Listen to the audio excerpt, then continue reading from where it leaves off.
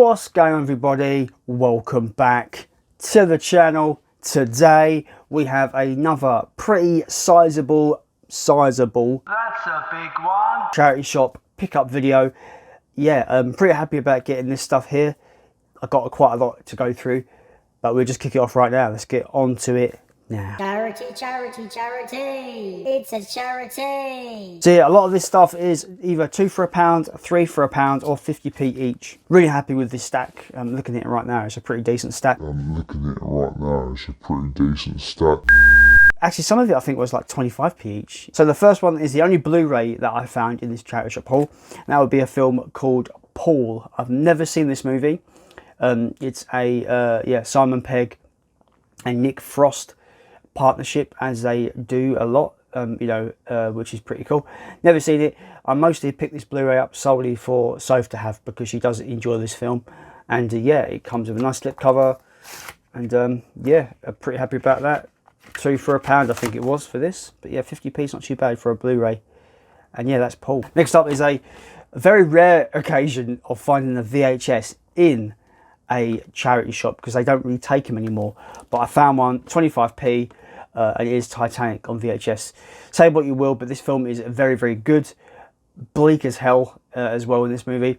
I'm one of those people that I would rather it take more focus on the disaster of that night, of that voyage, rather than tying around this kind of pointless romance story in there. But I digress.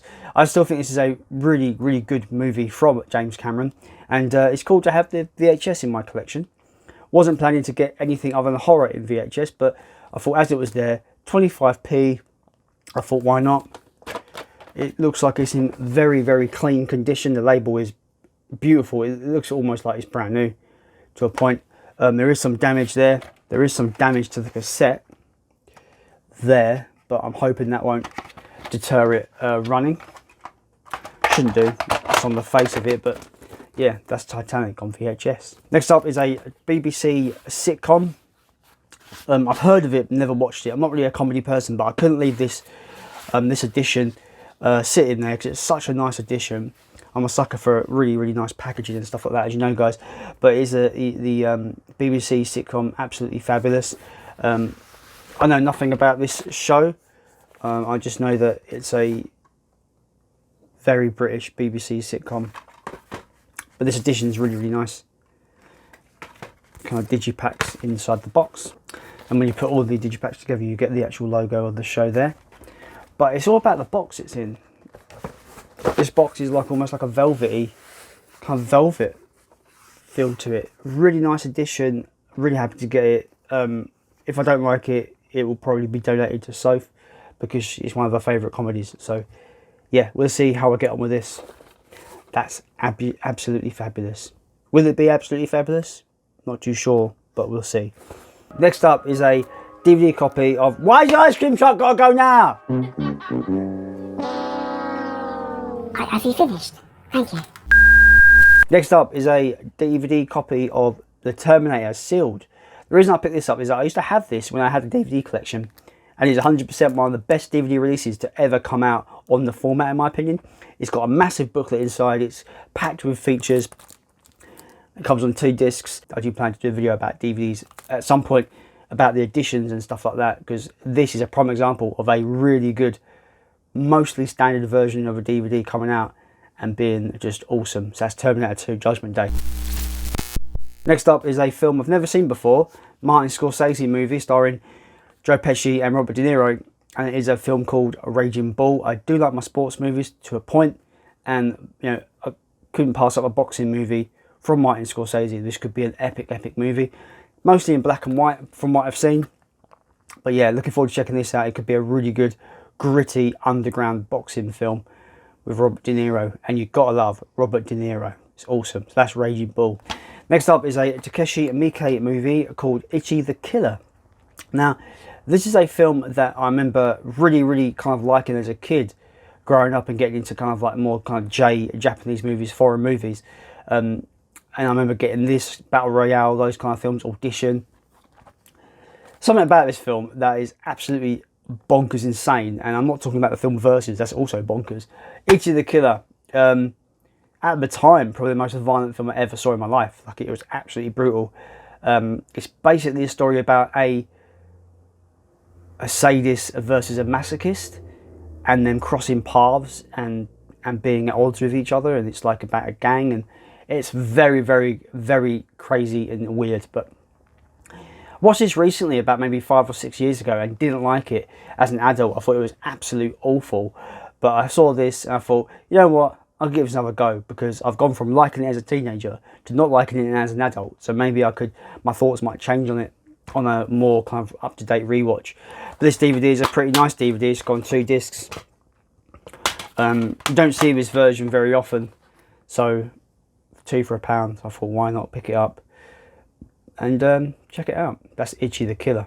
Next up is a film that was brought to my attention by 2 people. By Soph, she mentioned this movie, which is cool, and also Jim Jam TV and Movies, James Mithership.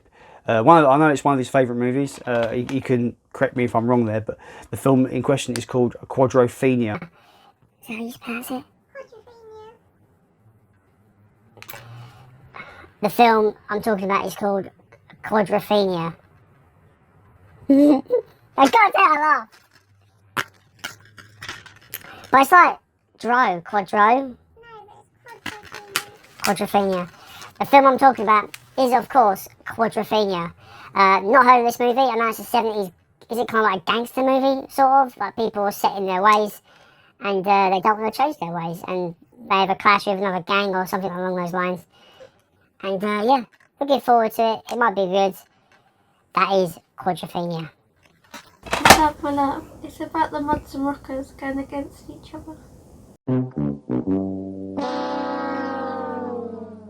Next up is a film called Dr. Moreau. The Island of Dr Moreau. Moreau? Let me know if I pronounced that right. I don't know, guys. I can't read. I'm terrible. This film interested me because it's pretty much about an island where they turn people into animals.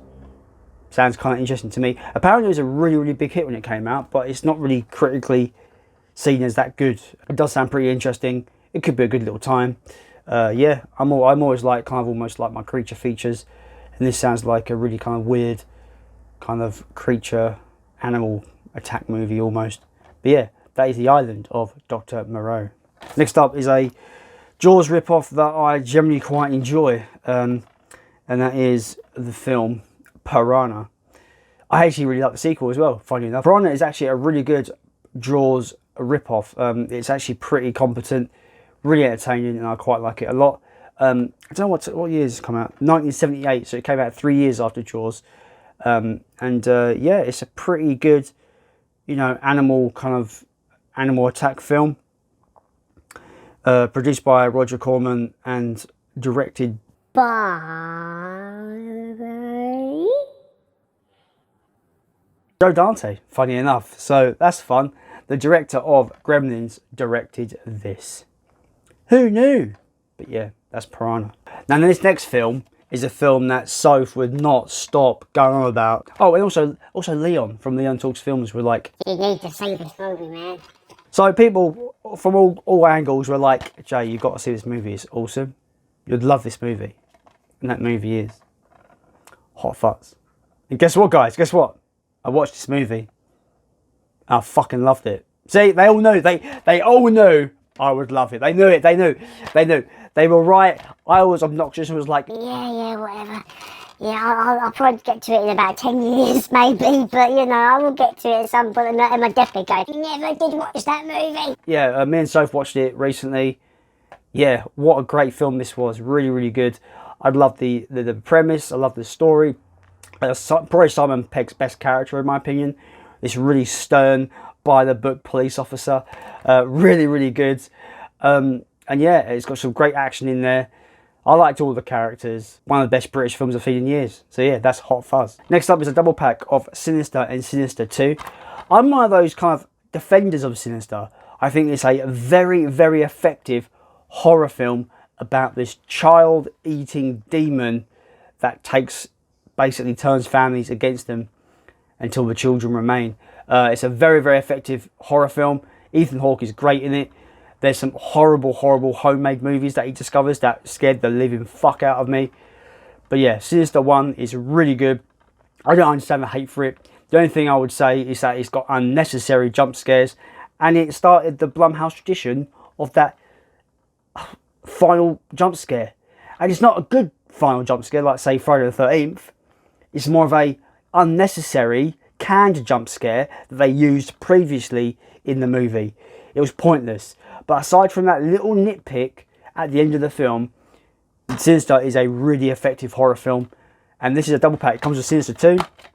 Never seen Sinister 2, but I know for a fact Sinister 2 doesn't have the acclaim, doesn't have the fans, should I say, of the first film. So we'll see if number 2 is any good. But yeah, Sinister 1, really underrated. More people need to check it out. More people need to give it a chance. A really effective horror film. That's Sinister, a double pack. Next up is a Bruce Willis film called Last Man Standing. Now, the reason why I picked this up is I've heard it's really good for one, so that's always a reason why you want to pick up the movie, because you've heard it's good. But also, this is almost kind of a loose remake of Akira Kurosawa's Yojimbo. Now, you might know Yojimbo, it was the inspiration for A Fistful of Dollars, which is also kind of a Western interpretation of Yojimbo. Now, this is meant to be kind of a 90s, 30s gangster reimagining of Yojimbo. And Yojimbo is one of my favourite movies of all time. It's such a simple story that is just so effectively done. 930 Gangsters, please, guys. Yeah, cool. Bruce Willis. I'm in. I'm all in. So yeah, that's Last Man Standing. Next up is a film I've not seen in absolute years. I think I've only ever seen it like once or twice on TV or whatever, and that is the Kevin Costner movie, Robin Hood, Prince of Thieves. Yeah, not seen this in a long time. I don't think I've seen it since I was a kid, so yeah, looking forward to checking this out again. There's been a ton of Robin Hood reimagining movies over the years, and I don't think they've beat this one from what I remember. The 2018 one that came out was fucking god awful, and I've not seen the Russell Crowe one, Ridley Scott one. I'm looking forward to checking this out again. That's Robin Hood, Prince of Thieves. Next movie I picked up is a film that, just the premise intrigued me. I know it's been remade recently, in like the early to late 2000s, but that film is called The Producers. Basically about a couple of producers who feel like they find out they can make more money on their movie flopping by doing some dirty dealings than actually making a hit movie. When their TV show becomes a surprise hit, they become in a lot of hot water. So it sounds really fun. It could be a good time. I love movies about movies, or about kind of like that kind of showbiz side of it. So this could be a really interesting movie. This comes from 1968, so this could be a good one. Stars Gene Wilder, so it's already got star power for me. So I'm looking forward to checking it out. That's The Producers. Next up is a 90s TV show, amongst a slew of 90s TV shows that I never watched. And I'm talking about hit 90 TV shows. Big shows that were super popular. And this one was one of them, and that is Buffy the Vampire Slayer. This is season 1. This was from a charity shop, 2 for £1. And I thought I'd give it a go. But I've got a feeling it's going to be poorly dated at this point. But we'll see. Sarah Michelle Gellar as Buffy, of course. I think it kind of kick-started her career and made her the name she is now. But yeah, Buffy the Vampire Slayer. Is it worth checking out in 2022? Let me know in the comments down below. But yeah, that's Buffy the Vampire Slayer. Next up is a double pack of 2, I'm guessing, war movies, I'm assuming. And one's a sequel to the other, I'm assuming. And that is a double pack of Flags of Our Fathers and Letters from Iwo Jima. Never heard of these, never seen these. I do like a good war film from time to time, so these could be a good kind of like back-to-back watch if I get the time to do so. Probably won't, but you know, I always make up these stories that I might do. I never do. Let me know if you've seen these, guys. I thought, you know, 3 for £1. I'm getting 2 movies for 30p almost, pretty much. So yeah, I thought I'd check these out. Sealed is always a bonus in these charity shops. So yeah, that's Flag of Our Fathers and Letters to Iwo Jima. I don't know how to pronounce that. Kill me in the comments with my pronunciation. You can type, "Your pronunciation, Jason, is absolutely shit. It's awful. Get off the platform." And I would just ignore you and go, "No. You lose. Good day, sir. The final charity shop pickup in this video is a box set of American Pie. Now, I remember really enjoying these films as a teenager. These films are almost kind of like nostalgia capsules for me. I know they're from America, but they always make me think of being in school, hanging out with my mates and all that. So I thought I'd pick this up. It was only like 25p in a charity shop. It comes with the first 3 movies and a bonus disc. I would say the first 3 movies are the only ones you need really for this franchise. There's been a ton of spin-offs that I don't give a shit about. If it doesn't have the main cast, I couldn't care at all. I think these films were the launching pad for Sean William Scott, for him to become a fairly respected actor. I'm not sure what he does these days. I don't see him in much nowadays, but he was in stuff like Final Destination, Bulletproof Monk, Dude, Where's My Car, films like that. So he did have a really good career in the early 2000s after these films came out. But yeah, American Pie. I still love The Wedding. I think The Wedding's probably the best in the franchise. I saw that in cinema years ago when it came out, of course. Absolutely found it just hilarious. Not sure if I find them funny now, but I do just remember really enjoying these as a younger dude. But yeah, that's American Pie, the trilogy. And that is it, guys. That is it. Let me know down below if any of these are films that you would recommend me definitely giving a watch, or if there's any of them that you feel like you need to check out based on what I've told you about them. But anyway, as always, guys, I have been Jason! And as always, if you like what you see here and you want to see more, there's probably another video just going to pop up right about here. Give it a click, give it a watch, give it a like, and maybe subscribe. As always, until next time, I'll see you later.